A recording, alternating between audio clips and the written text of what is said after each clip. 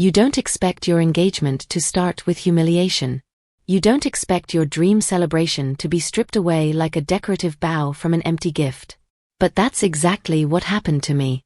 My name is Marin Langston, and 3 days before what was supposed to be the happiest day of my life, my parents cancelled our engagement party. I was at the office when I got the call. Charleston's spring sunlight poured through the glass windows of my design firm, warm and comforting, but the voice on the phone was anything but. "Marin, your father and I have discussed it," my mother said, her tone calm and elegant in that way only Southern socialites perfect. "And we just don't feel the engagement party at the Seabourn Club is appropriate at this time." I stepped out onto the balcony, gripping my phone so hard my fingers ached. "What do you mean not appropriate? The invites went out. The catering, the musicians, everything's booked." "It's a question of optics," she said gently. "Your fiancé's background. Well, people talk. People talk." In other words, Eli Navarro wasn't good enough. I was stunned into silence. Not angry yet, just numb. Eli was the kindest man I'd ever met. Brilliant, respectful, humble. He wasn't born into wealth, but he'd built his life from scratch with integrity. And apparently, that didn't count. "I've talked about the Seabourn Club since I was a teenager," I whispered. "You promised." "There are other charming venues," she replied smoothly. "Cozy places more suited to Eli's personality." That's when I felt it. The twist in my gut. It wasn't about money. It wasn't about logistics. It was about shame. When I hung up, my reflection in the glass door looked like a stranger. I'd worked for years to build a life outside my family's expectations. I turned down working at my father's firm. I bought my own apartment. I used my degree to design homes for people, not portfolios. And I fell in love with a man who didn't care about last names or legacy. Eli Navarro, who drove the same car since college and built software that could save lives. Who loved me for who I was, not what I came from. When I got home that night, I told Eli everything. He listened quietly, as he always did, his hand warm in mine. "I'm sorry," he said, voice low. "But I'm not surprised." I looked at him then, truly looked. I thought they'd come around. "Some people only respect what they already understand," he said gently. We sat in silence for a long time. Then I did something that surprised even me. "Let's throw our own party," I said. "Something small, something real. Our friends, our people." Eli smiled. "I'd like that." 2 days later, I booked the rooftop at Crescent Brewery, one of our favorite places in Charleston. I designed the invitations myself, digital, modern, minimal. Eli ordered his favorite band to play acoustic covers. It wasn't the Seabourn Club. But it was us. And then, the text came. Sloane, my younger sister, messaged me late Friday night. "Hey, just a heads up. Mom and Dad booked the Seabourn Club for my birthday next weekend. Thought you should hear it from me." I stared at the screen, my throat dry. I read the words over and over. They didn't just cancel my party. They repurposed it. Same venue, same guest list, just for a different daughter. Sloane's birthday had never been a big event. Last year, she barely mentioned it. But now, suddenly, it was a black tie gala at the most elite location in town. I called her immediately. "You knew?" I asked. "I just found out this afternoon," she replied. "I told them it was a bad idea. And yet you're still letting it happen." She hesitated. "They're announcing my promotion at the firm. It's kind of a big deal." Of course they were. My sister, the chosen one. Groomed for politics, law school, cotillions, and charity galas. The daughter they could parade around in pearls. "I'm sorry," she added. "I really am." "I'm not asking you to cancel it," I said quietly. "I'm just trying to figure out if there's a single person in our family who sees me." Sloane didn't answer. That night, I couldn't sleep. The betrayal had layers. It wasn't just about Eli. It was about how invisible I'd always been unless I played by their rules. The next morning, I did something reckless. I put on my best dress, held Eli's hand, and walked into the Seabourn Club. Uninvited. The chandeliers sparkled like nothing was wrong. Laughter echoed through the courtyard. Servers carried champagne flutes with caviar bites. And there, in the center of it all, was my family. Shining, smiling, and pretending I didn't exist. Until someone else walked in. A man in a navy suit, surrounded by hushed whispers and sudden attention. People turned. Eyes widened. My father stood frozen mid-sentence. And the man pointed directly at Eli. "You," he said, crossing the room. "I've been looking for you." The music stopped. Everyone turned. My mother's jaw dropped. Eli just blinked. And that's when I realized, whatever was coming next, was going to change everything. You could hear a pin drop. For a room filled with Charleston's most influential people, the silence was almost sacred. Dorian Tate had arrived like a thunderclap in a clear sky, and he hadn't spared a glance at my parents or their illustrious guests. He walked straight toward Eli, my Eli, like a man on a mission. Eli stood beside me, frozen. I felt his hand stiffen in mine, and when I turned to him, there was something strange in his eyes. Recognition. "Mr. Tate," Eli said carefully. "You didn't answer my last email," Dorian Tate replied, voice smooth but firm. "I flew in early because I needed to speak with you in person." My parents were already whispering among themselves, confusion etched across their faces. My father glanced at one of the city councilmen as if begging for context. My mother's perfectly manicured fingers clutched her wine glass a little tighter. "I didn't expect you here," Eli said, lowering his voice. "This isn't a professional event." "That's debatable," Dorian replied with a half-smile. "There are more venture capitalists in this room than at half the tech summits I attend." He turned to me then, and his gaze softened just enough to show courtesy. "You must be Marin. I've heard a lot about you." I nodded slowly. "I can't say the same. How do you know Eli?" Dorian's smile returned, broader this time. "He's the reason I'm expanding my healthcare division this quarter." "Or didn't he tell you?" I turned to Eli, blinking. "Expanding?" But Eli's gaze was on the ground. Not ashamed. Just cautious. "We were under strict NDAs," he murmured. Dorian gave a polite scoff. "Not anymore. The ink dries Monday. Biotrace is ours." The words landed like an explosion in the room. Biotrace. Eli's startup. The project he'd poured himself into for the past 3 years. The algorithm he always said could transform predictive diagnostics in hospitals. I'd known it was important. But I hadn't known it was this. I hadn't known he was about to sell it. To Dorian Tate. My parents didn't even try to hide their shock. My father stood rooted to the floor like someone had just pulled the rug from under his entire empire.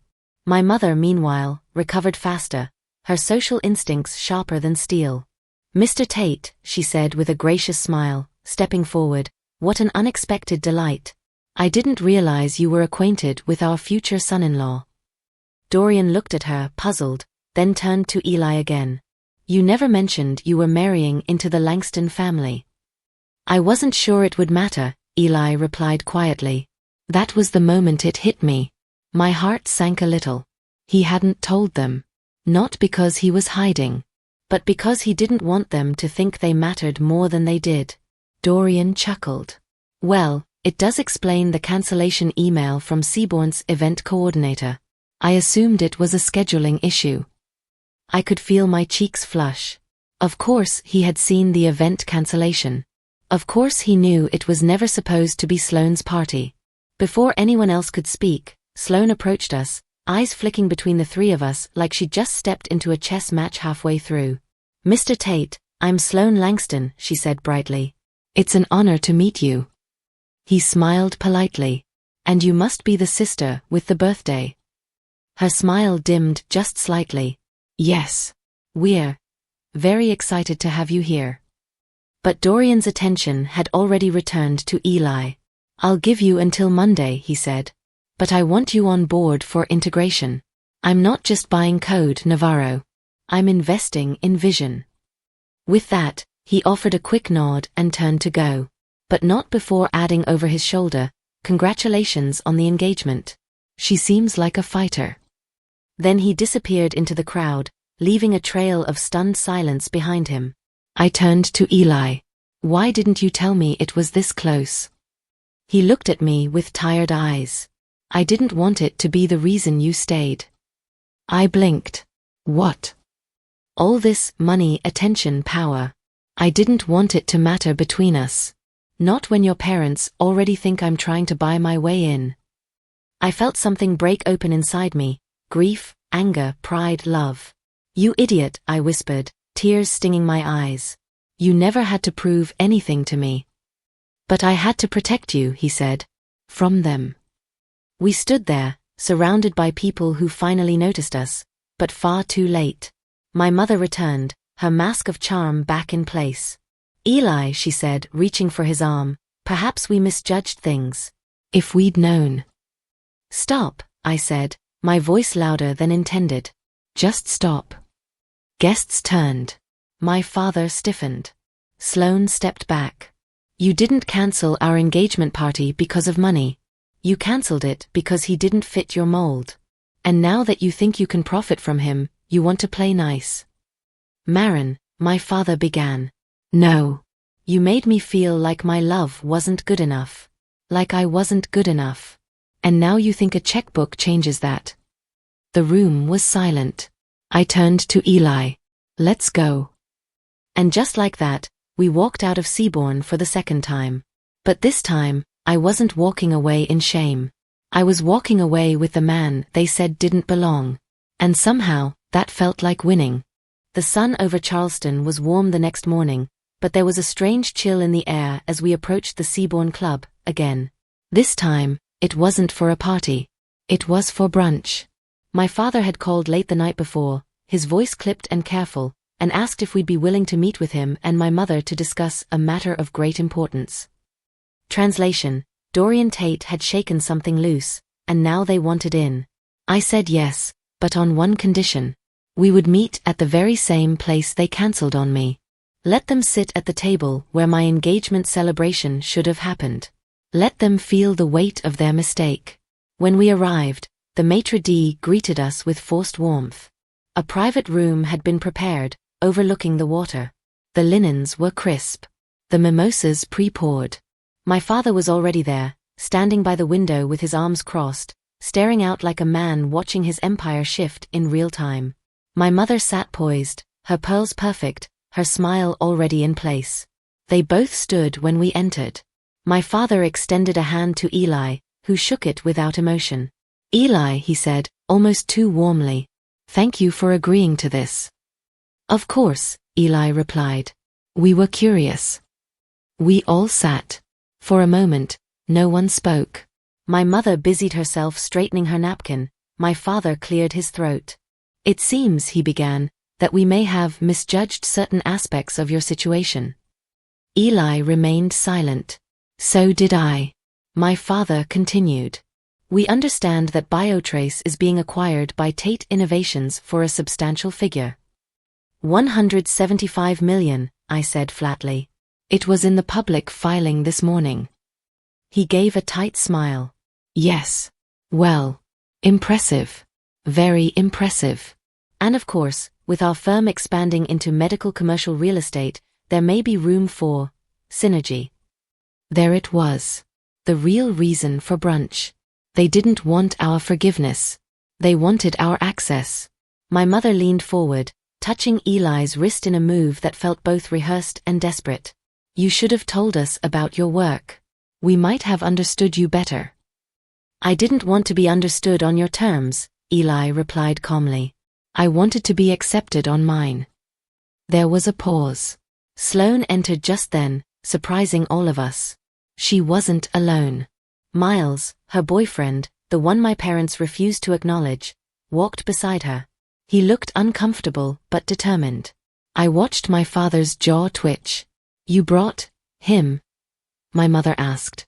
Sloane shrugged. "Figured if you're trying to act like better people, you should practice." Miles gave a tight nod. "Morning, Senator." "Mr. Carter," my father said stiffly. Sloane turned to me, avoiding eye contact at first. Then, finally, she met my eyes. "I should have stood up for you sooner," she said. "You didn't owe me that," I replied. "But I'm glad you're here." My mother tried to steer the conversation back to business. "Eli," she said, "we understand that your work aligns with the kind of forward-thinking projects we've been exploring. There could be opportunities for collaboration, for growth." "You want to invest," I said bluntly. She didn't deny it. "I don't need investment," Eli said. "But I appreciate the sudden interest." The silence that followed was brittle. Then, Eli did something I didn't expect. He pulled out a folder and placed it on the table. Inside were mock-ups, architectural renderings I'd done for a proposed biotrace headquarters. A sustainable design, nestled in Charleston's industrial district, aimed to bring jobs, innovation, and education to underserved areas. "I had Marin draft these," he said. "We were going to surprise you all. Someday. But now seems as good a time as any." My father picked up the papers, his expression faltering as he read through the plans. My mother's eyes widened. "This is ambitious," she said. "It's personal," Eli replied. "This building is going to change lives. Not just patients, but workers' families. It's everything your name was supposed to stand for, Marin." The room went quiet again. But this time, the silence didn't sting. It burned. "We want to host a celebration," my mother said suddenly. "A proper engagement party. Here. Saturday night. Make things right." I looked at Eli. He gave me the faintest shake of his head. "We've already made other plans," I said. "The rooftop at Crescent. It'll be small. Simple. Real." My father leaned forward. "You're passing up the chance to." "I'm not passing up anything," I said. "I'm finally choosing myself. You don't get to rewrite this story just because you missed the beginning." We stood. Sloane and Miles followed. My parents remained seated, staring down at the designs they hadn't earned the right to be part of. I took Eli's hand. And we walked out of that place, one last time. This time, we didn't look back. Saturday came with a golden glow. The kind of southern spring day that made Charleston feel like a secret promise. Everything bloomed. Everything shimmered. And on top of Crescent Brewery, with its string lights swaying gently in the breeze and the harbor glowing in the distance, Eli and I stood surrounded by people who mattered. Not because of their last names. Not because of their portfolios. But because they showed up when it counted. Our engagement party wasn't grand. It wasn't luxurious. But it was honest. There were no linen napkins embroidered with crests. No waiters in tuxedos pouring vintage champagne. Just friends. Family. Chosen, not inherited. Music. Laughter. Love. I wore a soft ivory dress Eli had never seen before. He wore the same shirt he'd worn the day we met. "You look like someone who got everything she wanted," he whispered, leaning close. "Not everything," I smiled. "Just everything I needed." The rooftop began to fill with familiar faces. My colleagues from the design firm. Eli's team from Biotrace. The barista who introduced us to Crescent. Even Sloane arrived, wearing a denim jacket over her usual designer dress, holding hands with Miles. "I brought wine from Mom's collection," she smirked. Felt poetic.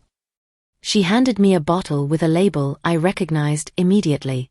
My mother's favorite reserve. One she kept locked behind glass. "I can't believe you stole this." "Borrowed. We'll return the empty bottle."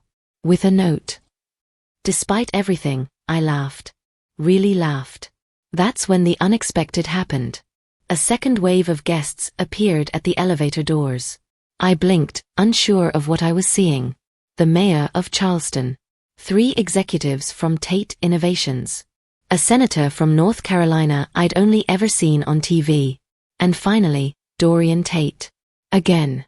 He approached Eli with a grin that didn't fade this time. "Now this," he said, "is a party." Eli shook his hand. "Didn't expect you."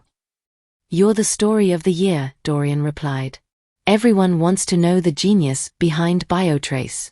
I figured I'd come celebrate the fact that you're still the same guy in the same jeans at the same brewery. Eli shrugged. Why change what works? Then Dorian turned to me. And you, Marin Langston. I read your design pitch again this morning. You have vision. Don't let anyone tell you otherwise. Thank you, I said, caught off guard. I'm not just saying that, he added. I forwarded your proposal to our infrastructure division. We'll be in touch next week. Before I could respond, the crowd shifted again. Because my parents were there. At the very edge of the rooftop. They didn't step forward. They didn't speak. Just watched. My father's expression was unreadable. My mother's lips were pressed together so tightly they were almost white. And standing beside them, looking more uncomfortable than anyone else, was Jonathan Callahan, Sloane's ex-boyfriend. Apparently invited, apparently unimpressed. Are they really going to just stand there? Sloane muttered. I hope so, I said. This moment isn't for them. I walked to the edge of the rooftop, stopping just short of where they stood. My voice was steady when I spoke. You weren't invited, I said quietly. We came to show support, my father replied, though it didn't sound convincing even to him. I don't need your support now that Eli has a title you respect, I said. And I don't need you here pretending to approve of something you were ashamed of a week ago. We made a mistake, my mother said softly. I nodded. Yes. You did. She looked at the people behind me, laughing, clinking glasses, toasting with cheap wine and open hearts. Then she looked back at me. You found your own way. I had to, I said. And then I walked back to my party. The music kicked up. The lights twinkled brighter. Eli pulled me into a slow dance as the sun dipped behind the harbor. I could feel it in my bones. Something had shifted. Not just in the way people saw Eli, but in the way I saw myself. I wasn't the forgotten daughter anymore. I wasn't a Langston legacy trying to prove her worth. I was Marin. And I was done waiting for permission to be proud. As the evening wound down, I stood with Eli under the last strands of light, surrounded by people who clapped, who laughed, who cried when we kissed. And far in the distance, still lingering in the shadows, my parents turned and walked away. For once, I didn't chase them. I didn't need to. Monday morning came like a quiet drumroll. The headlines were already circulating. Tate Innovations acquires Biotrace in $175 million deal. Charleston native Eli Navarro leads groundbreaking AI healthcare merger. And beneath the bold letters, a photo I hadn't known was taken. Eli and me on the rooftop at Crescent Midlaff, framed by city lights and string lanterns. I stared at the article on my phone as I stirred my coffee, still wrapped in my robe, the scent of toast in the air. Eli stood in the kitchen, barefoot, humming as he poured himself another cup. For a man whose life had just changed forever, he looked as calm as ever. Everyone's calling it a Cinderella story, I said. He grinned. Funny. I thought I was the one with the glass slipper. Don't flatter yourself, I muttered. But I smiled. There was something beautiful about how ordinary the morning felt. No red carpets. No press conferences. Just us, in a sunlit apartment that didn't know it now belonged to a millionaire. The first call came at 9. The mayor's office, asking Eli to speak at the Innovation and Equity Conference next month. Then came an invitation to a national healthcare summit in New York. A message from the Wall Street Journal requesting a feature. And somewhere in the noise, a voicemail from my father. Marin, I hope we can talk. We'd like to extend a formal invitation for you and Eli to attend the Langston Foundation Gala. Your mother is preparing a segment honoring Southern innovators.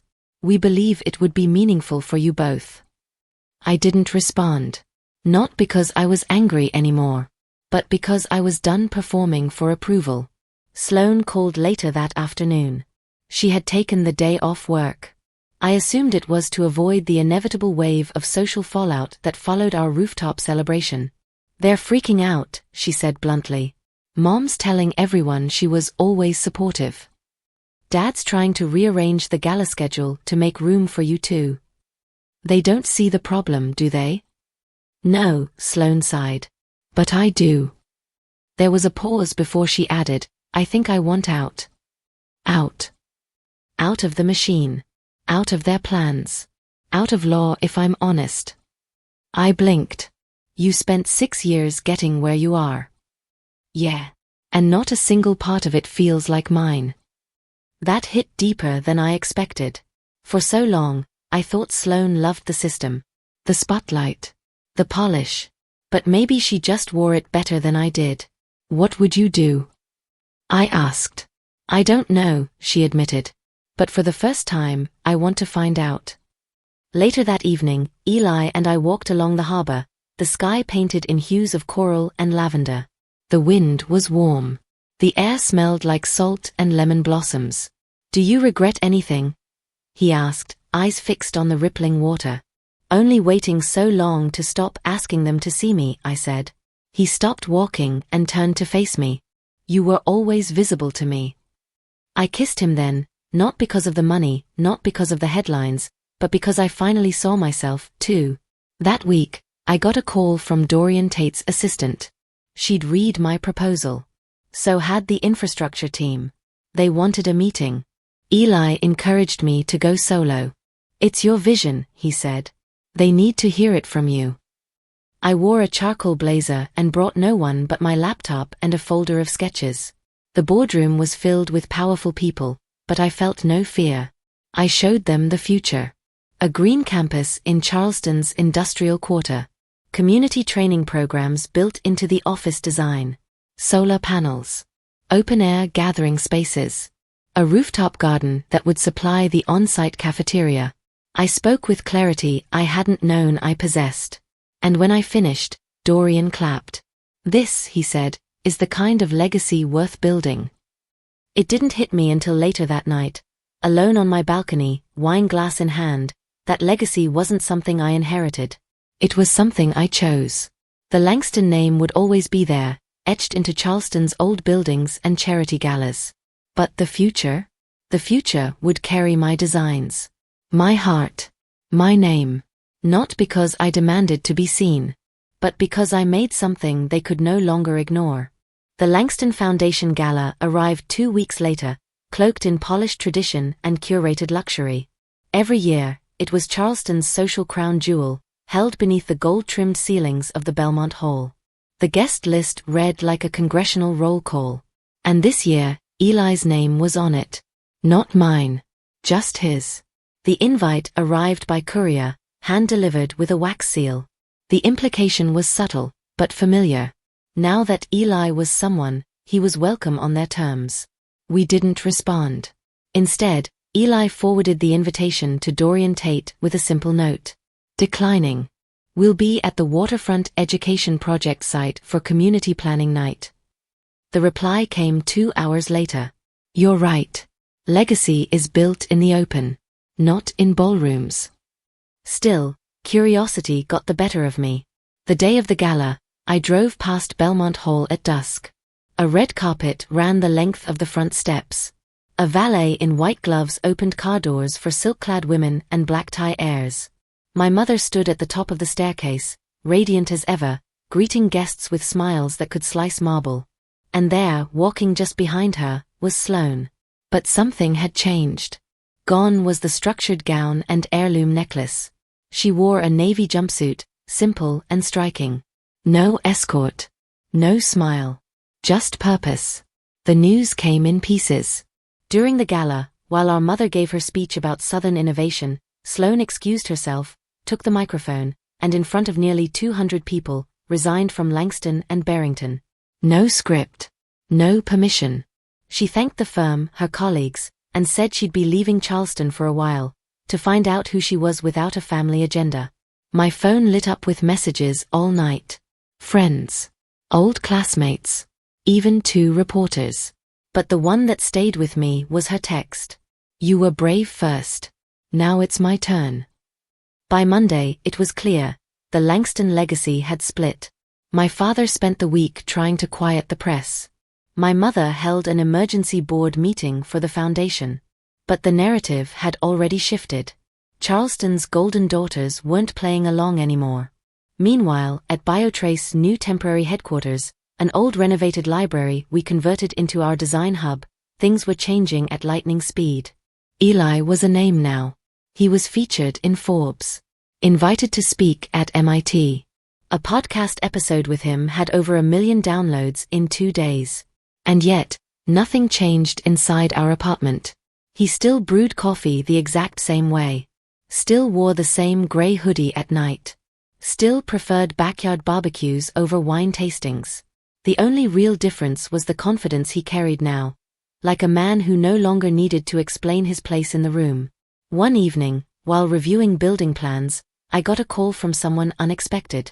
It was Preston Callahan. Yes, that Preston. Sloane's ex, the one my parents had tried to match her with. I wanted to reach out, he said, voice calm but deliberate. I saw your work on the Biotrace campus.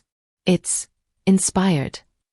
I was too stunned to respond immediately. I'm investing in community-forward developments in the Southeast, he continued. If you're open to discussing future projects, I'd be honored to be considered. It was surreal.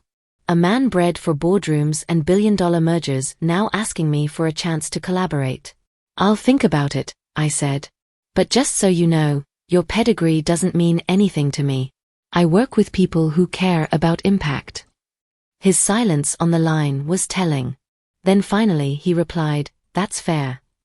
After we hung up, I laughed.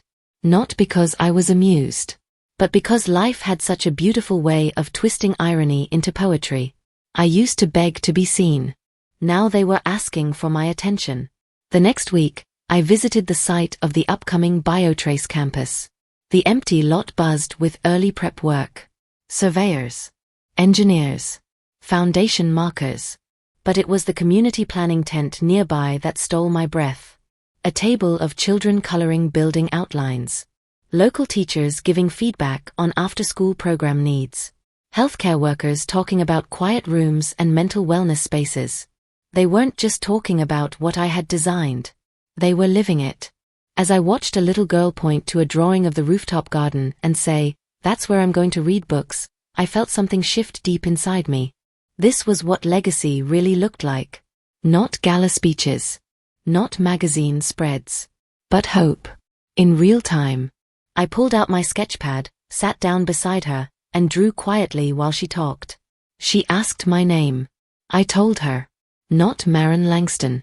Just Marin. And that was enough. The week after the community tent opened, invitations began arriving again, this time not just for Eli, but for both of us. Panel discussions. Civic dinners. Even a television interview. It was strange how quickly the same city that had looked past me now wanted to put me on stage. You're Charleston's new power couple, said one magazine pitch. But I wasn't interested in becoming a headline. I was building something real. Something that didn't require applause. Still, one offer caught my eye, a request from the Charleston School of Design to speak to graduating students about authenticity in architecture. It wasn't glamorous. It wasn't televised. But it mattered. I said yes. The auditorium smelled like fresh paint and coffee. The students sat in jeans and backpacks, not gowns or silk gloves. And as I stepped to the podium, I didn't bring slides. Just stories. I used to believe that legacy was something inherited, I began. But I learned that the legacies we build ourselves mean more, because no one can take them away. Afterward, a student came up, eyes wide and nervous. She said, my father owns a firm downtown. But I want to design shelters for survivors. He says it's a waste of talent. I smiled. Then prove him wrong with every wall you raise. That night, as Eli and I walked home, he stopped suddenly and looked at me differently. You've changed, he said softly. How? You're not asking for space anymore. You're taking it. I looked up at him, the city lights washing us both in amber and blue. You taught me how, I said. But the world has a way of testing what you've built. And it never waits long. The next morning, I got a call from a woman named Beatrice Langston. My father's sister. My aunt. I hadn't spoken to her in years. Marin, she said curtly, there's something you need to see. She sent me a scanned letter. A legal filing.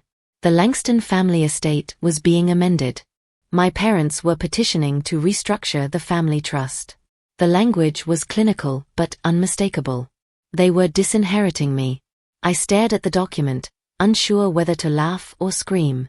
Eli found me sitting on the kitchen floor, the paper in one hand, my phone buzzing with follow-up texts from Aunt Beatrice. "They're cutting you out?" he asked. I nodded. He knelt beside me. "How do you feel?" Strangely, I didn't feel sad. I felt free. "They really think this is punishment," I whispered. "But what they don't realize is, I stopped needing their approval a long time ago." "They needed to believe their silence still held power," Eli said. "This is just their final play." I stood slowly, placed the letter on the counter, and took a long breath. "You know what?" I said. "Let them have it. Let them have their estate and their crests and their stone-cold dinners. I don't want a single thing that comes wrapped in conditions." That night, we invited Miles and Sloane over for dinner. They brought takeout and wine and stories from their new apartment downtown, small but full of laughter. "I applied to a fellowship in Denver," Sloane said. "Non-profit law. It's not glamorous, but it feels like something I chose." "I'm proud of you," I said. Miles raised his glass. "To cutting ties and building roots." We toasted. Later, as we cleared the plates, I found myself thinking about my childhood home. The grand staircase. The quiet tension. The feeling of always being watched. Now, in our apartment with its creaky floorboards and mismatched chairs, I felt safer than I ever had in that mansion. Eli came over, wrapped his arms around me, and whispered, "They tried to erase you. But you wrote yourself in bolder ink." I didn't respond. I didn't need to. Because I already knew, I hadn't lost a family. I had found one. In this home. In this city. In this messy, beautiful life we built from pieces that never fit their mold. And for the first time, I didn't want to fit anyone's mold ever again. It was a Thursday evening, about 3 weeks after the trust papers arrived, when the past came knocking again, this time quite literally. Eli and I had just finished dinner, the dishes still soaking in the sink, when the building's front desk called up. "There's a Meredith Langston here asking to see you," the voice said. "She's insisting." I froze. My mother. I hadn't heard her voice in weeks.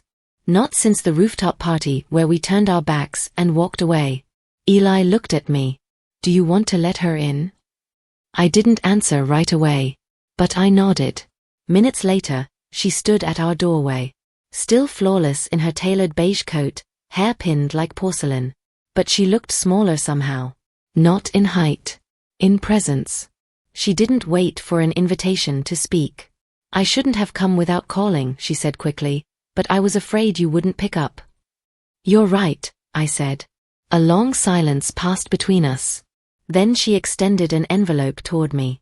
Her hand trembled. "I wanted to give this to you in person." I took it cautiously and opened the seal. Inside was a photo me at age 10, standing barefoot in the backyard with blue chalk smeared on my face, holding a crayon sketch of a dream house. A child's drawing. My mother's handwriting scrolled at the bottom. Asterisk, "She always builds." Asterisk. I stared at it, confused. "I found it in an old keepsake box," she said softly. "I don't know why I kept it. Maybe because even then, you scared me a little. You didn't follow. You created." "You cut me out of the trust," I said, voice cold. "I didn't fight hard enough to stop it," she replied. "That's on me." Another silence. I didn't want apologies. I didn't need them. But I did need truth. "Why are you here?"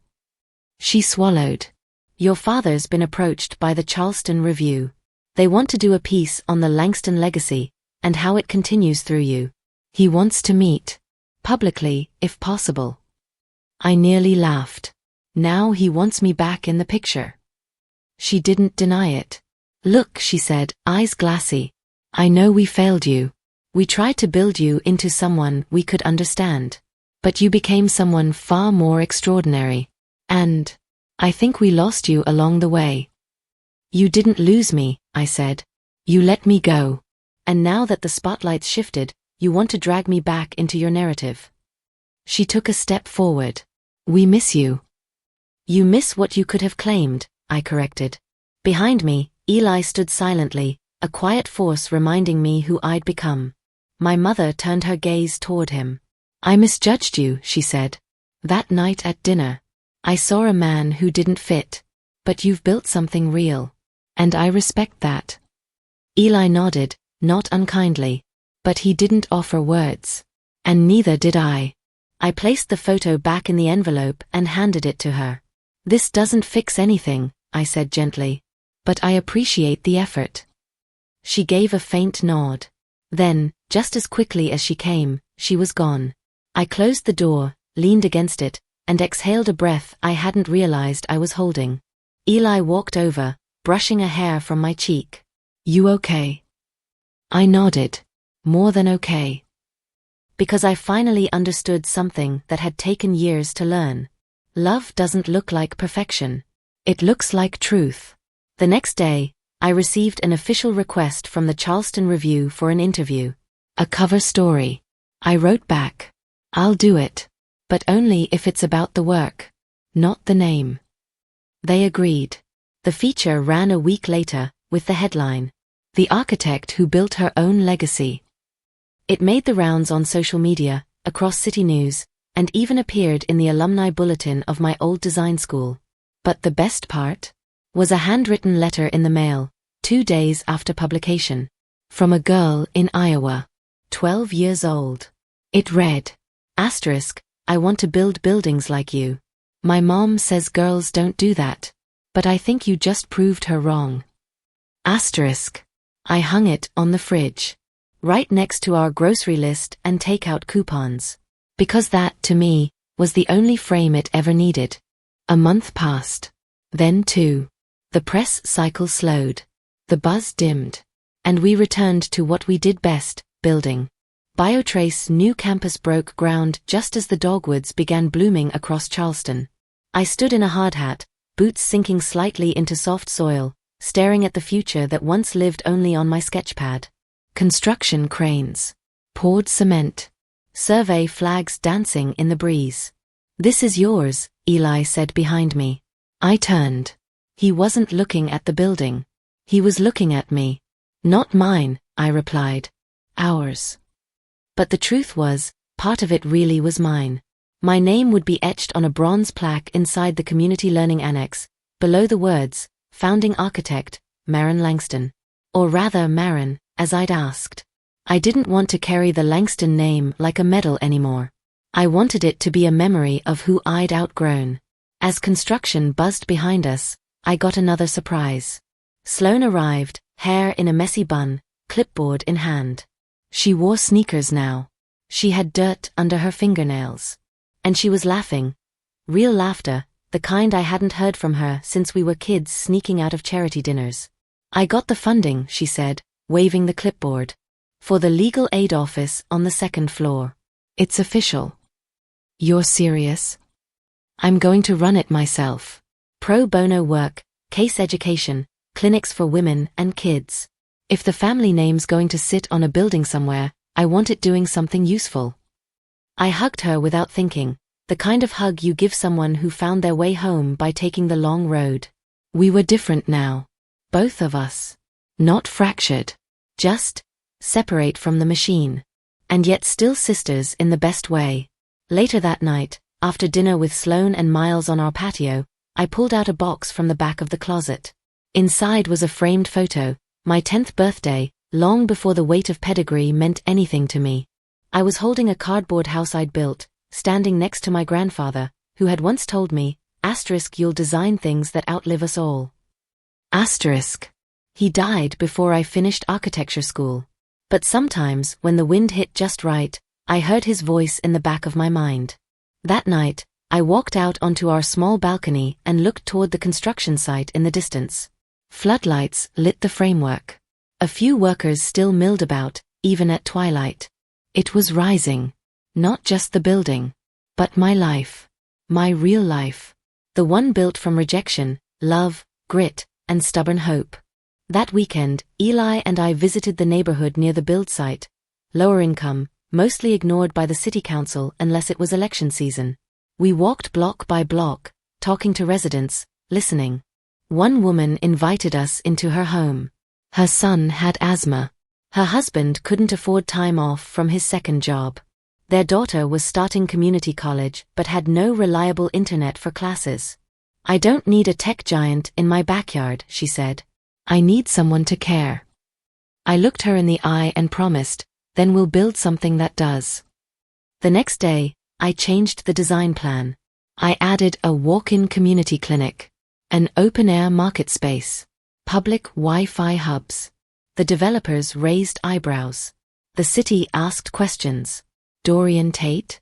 He doubled the funding. "Build what you believe in," he said. "The world's watching."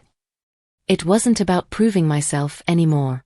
It wasn't about legacy. It was about roots. Because you can plant seeds in places people forgot. And if you water them with enough truth, they bloom anyway. By the time we walked the grounds again a few weeks later, the structure had shape. Walls. Beams. Vision. I turned to Eli and whispered, "This is the place we'll bring our kids to someday." He smiled. "And we'll tell them it started with a cancelled party and a broken invitation." "No," I said, "we'll tell them it started when two people decided they didn't need permission to be proud." And the foundation, solid beneath our feet, said it all for us. Opening day arrived with no fanfare from the Langston estate. No grand speeches from my father. No elegant appearances from my mother in pearls. Just people. Lines of them. Families. Children holding balloons. Elderly couples pushing walkers. Teenagers with notebooks and camera phones. Construction workers who helped pour the foundation now returning with their families to see what they had built. There were no velvet ropes. No VIP passes. Just an open gate and a sunrise that painted the steel beams gold. I stood under the glass archway of the new Biotrace campus and watched them pour in. The plaque near the front lobby shone in the morning light. Asterisk to those who build beyond blueprints. To the dreamers who refuse to wait for permission. Asterisk. No signature. No fancy surname. Just a message. One I wished I could send back in time to every version of myself who felt like too much and not enough all at once. Eli stood beside me in a navy suit with his sleeves rolled up, coffee in hand. "You ready to give the tour?" I shook my head. They don't need me to walk them through it. This place was never about showing off. It's about showing up. A small hand tugged at my jacket. I looked down to see a girl no older than 7, eyes wide. "Are you the woman who made the building?" I knelt beside her. "I helped make it," I said. "But it belongs to everyone who walks through it." She beamed and ran back to her mother, pointing and whispering excitedly. Sloane joined us then, her heels echoing against the polished floor. She looked different. Lighter somehow, like she was finally breathing her own oxygen. "The clinic's already full," she said. "And the community legal desk has 10 sign-ups in the first hour." Miles followed with coffee in one hand and a stack of flyers in the other. "This," he said, handing me one, "is how we rewrite inheritance." The flyer read, "Apply now, the Marin Foundation grant for underrepresented architecture students." I looked at Sloane. "You named it after me?" "After the girl who used to build homes out of cereal boxes," she said with a smile. "After the woman who reminded us that foundations start in the heart." Tears burned in the corners of my eyes, but I held them back. Not because I needed to look strong, but because for the first time, I felt whole. Later that evening, the building buzz faded into twilight. The last tour group left. The lights dimmed. And the city of Charleston glowed just beyond the windows. Eli and I stood on the rooftop, the very rooftop where it all began months ago, when I found myself excluded from a party that was never meant for me. But tonight, there were no exclusion lists. No whispered judgments. No doors shut in my face. Just us. Just peace. "You know what I've learned?" I asked softly. "What's that?" "The best revenge isn't power. Or money. Or even recognition." I turned to him. "It's becoming exactly who they said you could never be, without losing your soul. He kissed my forehead. Then you've already won. Down below, floodlights illuminated the words etched in stone near the main courtyard. You were never too much. They were simply too small. A line I had once scribbled in the margin of a forgotten notebook. Now, immortalized in brick and mortar. I didn't need to be remembered as a Langston.